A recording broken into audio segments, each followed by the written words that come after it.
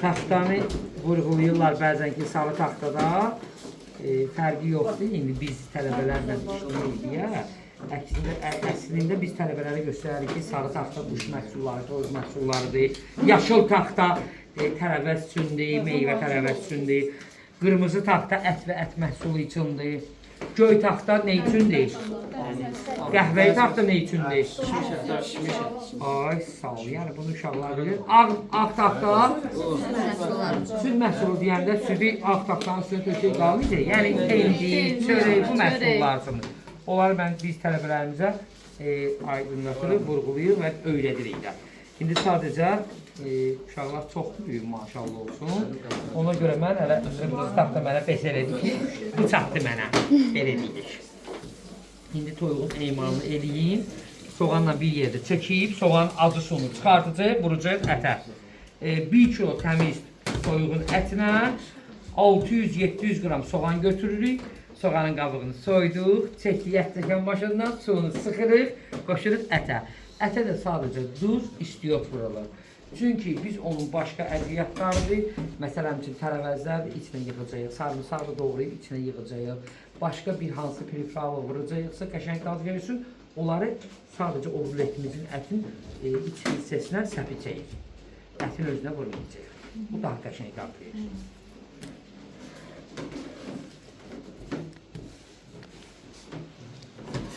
Baba, bu hissədə çıxır. Bu hissədə çıxır. Yoxlamalıyıq ki, bunlar çəkiləcək, ona görə belə edəcəm. Yoxlamalıyıq ki, Anar müəllim də orada bilincik hazırlayır. Qısa olsun bilincikin resepti deyin. Ən qəşəng bilincikin resepti. Həm ondan tort hazırlaya bilərsən, həm ondan tort hazırlaya bilərsiniz, həm də ki, ətlik bilincik hazırlaya bilərsiniz. Deməli, 20-25 ədəd bilincikin xəmirini deyirəm. 3 ədəd yumurta, yarım stəkan sulu yağ, duru yağ, yəni fərq etmir hansından. Bəlkə zeytun işlədirsiniz, zeytun vurun. 2 xörək qaşığı pesov, 1 çay qaşığı siləmə, duz, 3 stəkan süd, 2 stəkan su, 3 stəkan da un. Bir çimdik soda vuranda daha qəşəng deşikli olur. Bir də sizə sir deyim.